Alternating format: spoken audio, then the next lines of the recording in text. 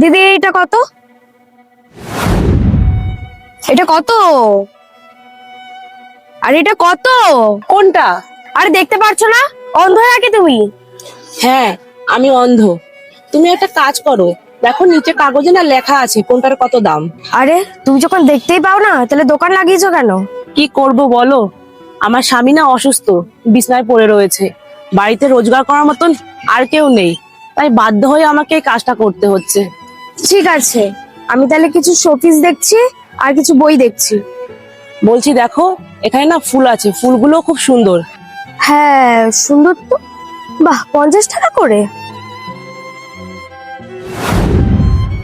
বলছি কিছু পছন্দ হলো তোমার? হ্যাঁ, আমার একটা বই পছন্দ হয়েছে। আমি তাহলে শুধু বইটাই নিই। এই যে টাকাটা, এই নিন দিদি।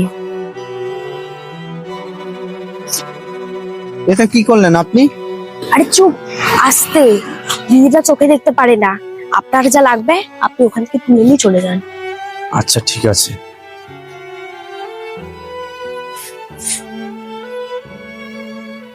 এই বইগুলো কত করে? বইগুলো 100 টাকা করে। 100 টাকা করে? ঠিক আছে, লাগবে না আমার, আমি রেখে দিচ্ছি। আচ্ছা ঠিক আছে। হ্যাঁ স্যার, আমার কথাটা একবার বোঝার চেষ্টা করুন। চাকরির থেকে প্লিজ বার করে দেবেন না। বাড়িতে বাবা মারা যাওয়ার পর আমি ছাড়া কেউ ইনকাম করার মতন নেই। স্যার একটু বোঝার চেষ্টা করুন স্যার, প্লিজ কাটবেন না। Hello hello. কে? আরে দিদি, আমি কালকে এসেছিলাম না বই নিতে। ও তুমি? আসলে কালকে আমার কাছে টাকা ছিল না, ফুলগুলো খুব সুন্দর তো, তাই আজকে নিতে এসেছি। আচ্ছা আচ্ছা, নাও নাও। কটা নিলে? আরে দিদি, দুটো নেব, একটা নিয়েছি আর একটা নিচ্ছি।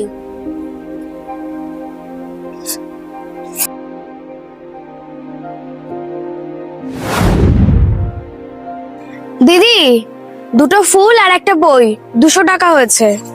এই নাও তোমার 200 টাকা। ঠিক আছে। এই যে ম্যাডাম, শুনুন শুনুন, এটা কি করছো তুমি? আরে আস্তে আস্তে, দিদি চোখে কিছু দেখতে পারে না। আপনার যা লাগবে আপনি ওখান থেকে তুলে বাড়ি নিয়ে চলে যান।